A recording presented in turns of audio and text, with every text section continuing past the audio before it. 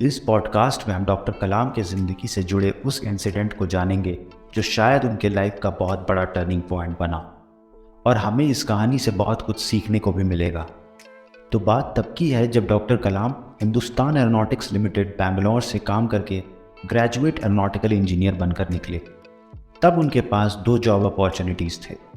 पहली अपॉर्चुनिटी थी कि वो अपने बचपन के सपने को पूरा करने के लिए एयरफोर्स ज्वाइन करें, और दूसरी अपॉर्चुनिटी मिनिस्ट्री ऑफ डिफेंस में directorate of technical development and production DTD&P air में जॉब लेना।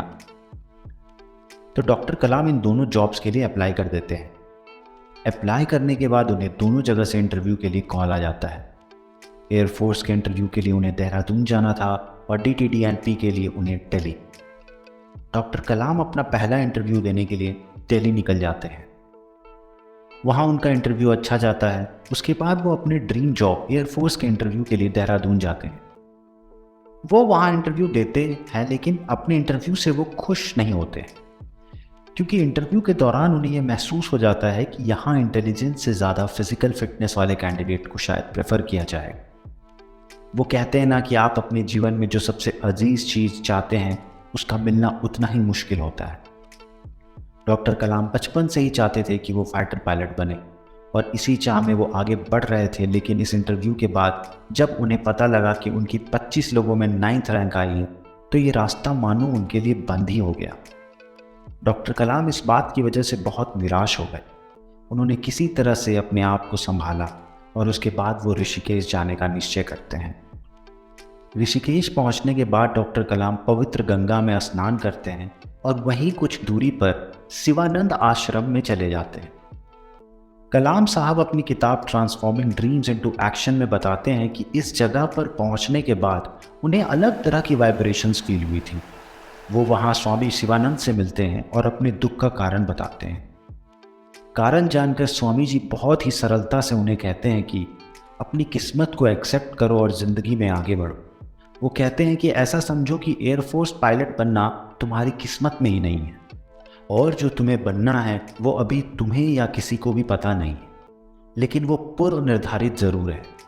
इसलिए इस असफलता को भूल जाओ, और ये असफलता तुम्हारे लिए ज़रूरी भी है, ताकि तुम्हारे लिए जो पूर्व निर्धारित राह है तुम उस पर चल सको। और वो आखिर में कहते हैं कि तुम बस इतना समझो कि ये भगवान की इच्छा थी और तुम इसे स्वीकार करके आगे बढ़ते चले जाओ। डॉक्टर कलाम सारी बातें समझकर दिल्ली वापस चले गए, और वहां पहुंचकर उन्होंने अपने DTD&P वाले जॉब इंटरव्यू की रिजल्ट की इंक्वायरी की। वहां उनका selection as a senior scientific assistant के रूप में हो जाता है, और उन्हें अपॉइंटमेंट लेटर भी मिल जाता है।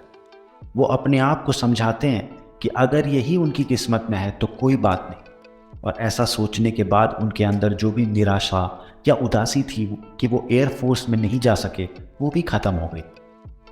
इसके बाद मानो डॉक्टर कलाम सफलता की उड़ान भरने लग गए।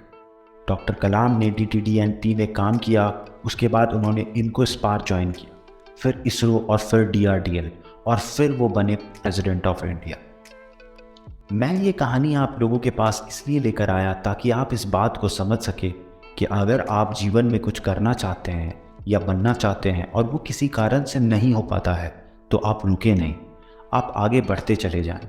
जैसा स्वामी शिवानंद ने डॉक्टर कलाम से कहा था कि इसे ईश्वर की इच्छा समझकर आगे बढ़ते जाओ, क्योंकि किसी भी गोल को अचीव करने के लिए आपकी मेहनत, आपका उस चीज़ के प्रति लगाव, डेडिकेशन के साथ साथ डेस्टिनी भी एक इम्पॉर्टेंट रोल प्ले करता है।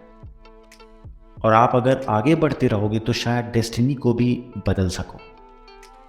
और ऐसा ही हुआ था हमारे मिसाइल मैन की लाइफ, क्योंकि डॉक्टर कलाम बचपन से ही चाहते थे कि वो पायलट बने, और इसी कारण उन्होंने मद्रास इंस्टीट्यूट ऑफ टेक्नोलॉजी से अपनी एरोनॉटिकल इंजीनियरिंग की पढ़ाई भी पूरी करी थी। लेकिन अनफॉर्चुनेटली 1958 में डॉक्टर कलाम को अपने एयरफोर्स में जाने का सपना को भूलना पड़ा। लेकिन शायद डॉक्टर कलाम इस सपने को थोड़े दिन के लिए ही भूले थे, जिससे कि वो अपने ज़िंदगी में आसानी से आगे बढ़ सके। बहुत सालों के बाद उन्हें इस सपने को पूरा करने का मौका मिला। 8 जून 2006 को जब डॉक्टर कलाम ने सुखोई 30 MKI फाइटर प्लेन उड़ाया, तब जाकर उनका ये सपना पूरा हुआ। उस समय डॉक्टर कलाम इंडिया के 11th प्रेसिडेंट थे, और वो 74 ईयर्स के थे। डॉक्टर कलाम पहले राष्ट्रपति बने जिन्होंने फाइटर प्लेन उड़ाया और इकलौते राष्ट्रपति भी हैं जिन्होंने फाइटर प्लेन को सुपरसोनिक स्पीड में उड़ाया है। भले ही डॉक्टर कलाम ने सिर्फ 40 मिनट के लिए ही फाइटर प्लेन के पायलट का रोल को एंजॉय किया, लेकिन इस 40 मिनट में ही शायद उन्होंने अपनी ज़िंदगी जी ली। वो ऐसा करके बहुत खुश थे। तो इस कहानी से हमें बहुत सी बातें सीखने को मिली। ज़िंदगी में कभी कभी फेलियर्स को इग्नोर करना चाहिए ताकि आगे आने वाली अपॉर्चुनिटीज़ के लिए वो रुकावट ना बने, और भगवान की मर्जी समझकर आगे बढ़ते जाना चाहिए। और अगर उस चीज़ के लिए ऑनेस्टी, लव और डेडिकेशन रहा तो उसे पूरा करने का मौका ज़रूर मिलेगा। ऐसी और कहानियों के लिए हमारे चैनल को सब्सक्राइब करिए और दूसरों के साथ ज़रूर शेयर कीजिए। जय हिंद।